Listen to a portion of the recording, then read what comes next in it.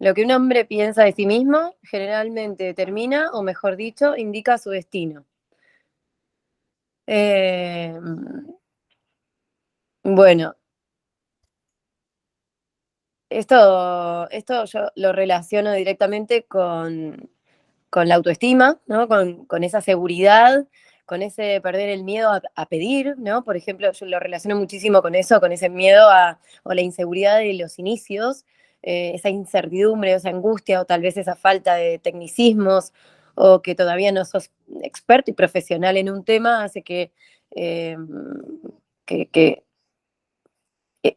tengas un autoconocimiento menor en el inicio, ¿no? Que vas recorriendo, vas creciendo profesionalmente, vas conociéndote a medida que vas experimentando, tomando decisiones, más allá de que te equivoques o no, entre comillas, equivocarse.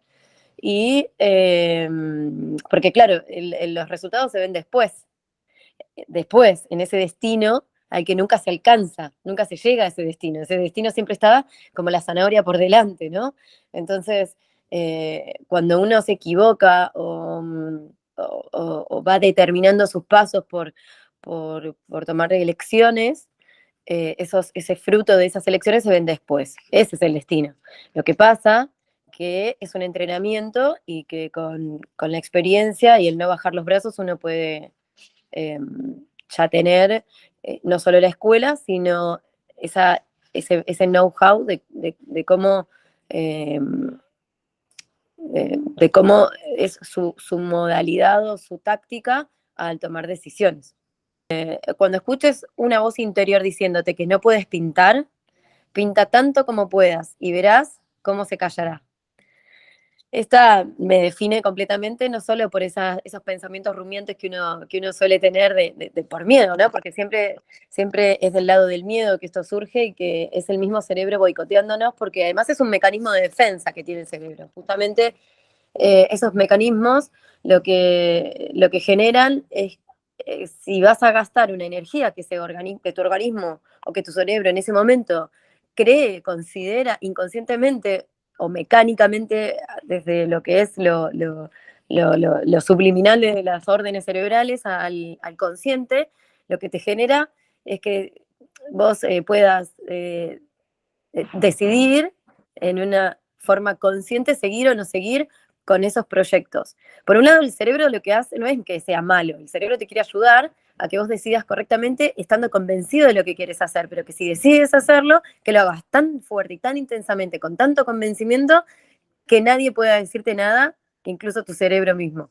La idea es que no se escuche esa voz, sino que al escucharla tengas ese momento autorreflexivo de conciencia plena, de decir, estoy escuchando esto, sé que mi cerebro lo hace para que yo me detenga a pensar si quiero o no quiero seguir con esto, y además, no solo por convencimiento y pasión, sino eh, con entender que el cerebro lo hace para ahorrar energía. El valor no es la ausencia de miedo, más bien es la opinión de que existe otra cosa que es mucho más importante que el Que el miedo. miedo. Esta frase es espectacular, es muy profunda, es de alguien que indudablemente sabe lo que es tener miedo y sabe lo que es superarlo y qué es lo que hay del otro lado del miedo.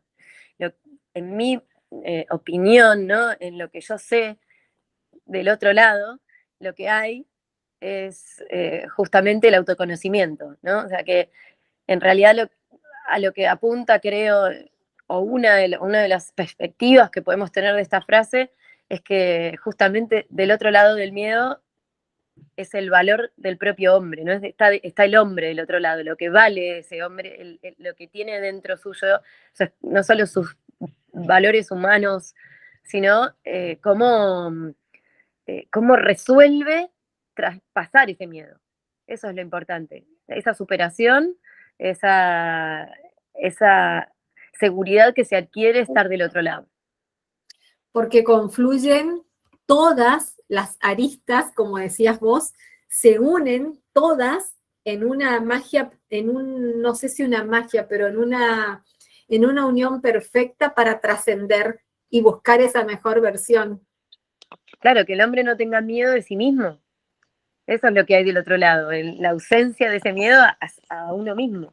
Porque eso es para mí lo más importante.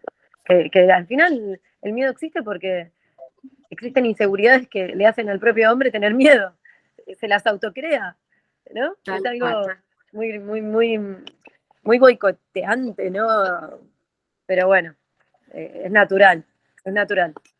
La imaginación es una cualidad que se le ha concedido al hombre para compensarlo por lo que no es. Mientras que el sentido del humor le ha sido dado para consolarlo por lo que es. Primero, que el que lo escribe es un genio.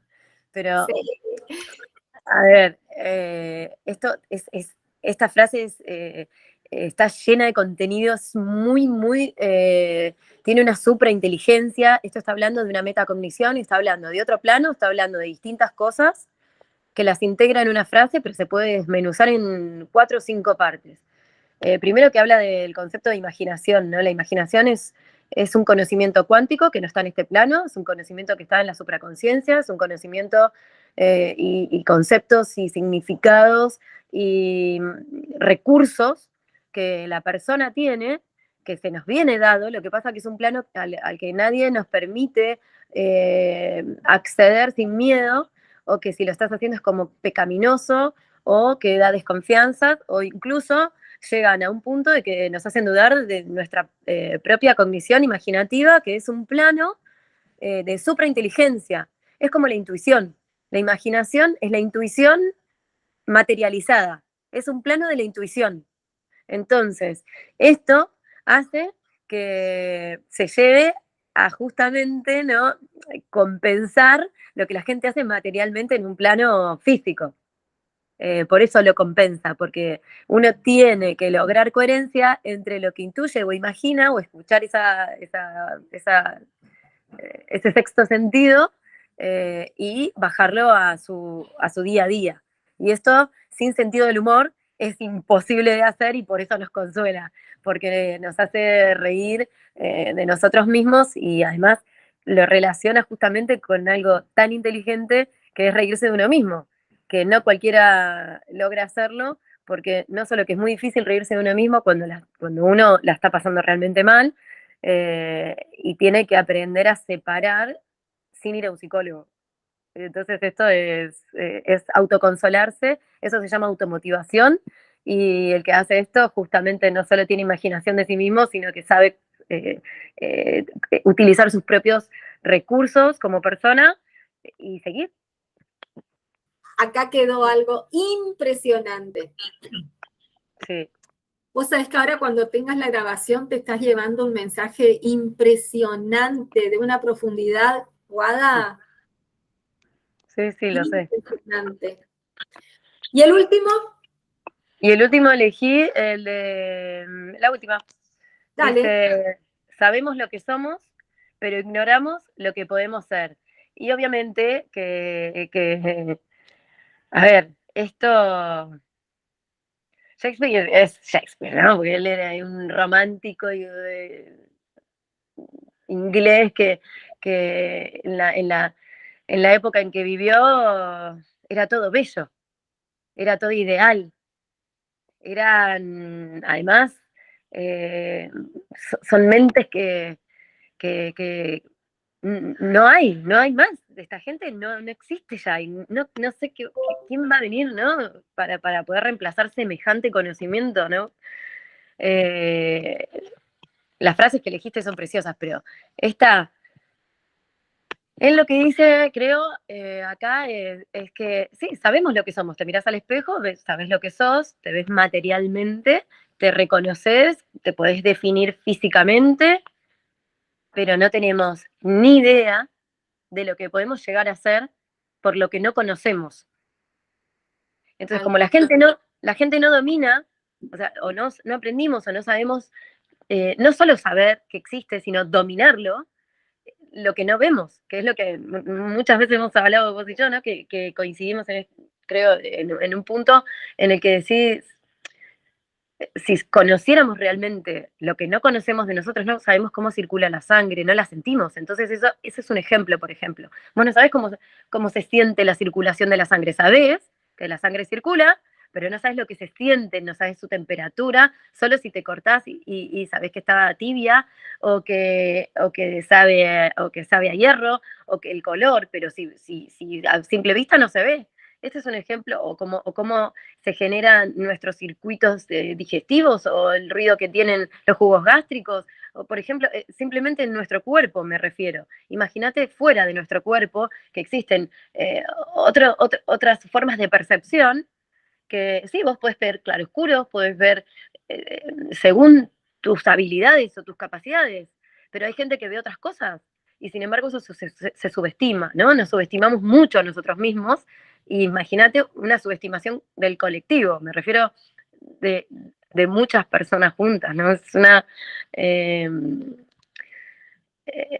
no solo un prejuicio, es una subestimación, es infravalorar el, el, lo que no se ve en forma colectiva, ¿no? La fuerza y la energía que podemos llevar teniendo a llevar digamos, a un servicio, ¿no? A la sociedad, teniendo en cuenta lo que no se ve.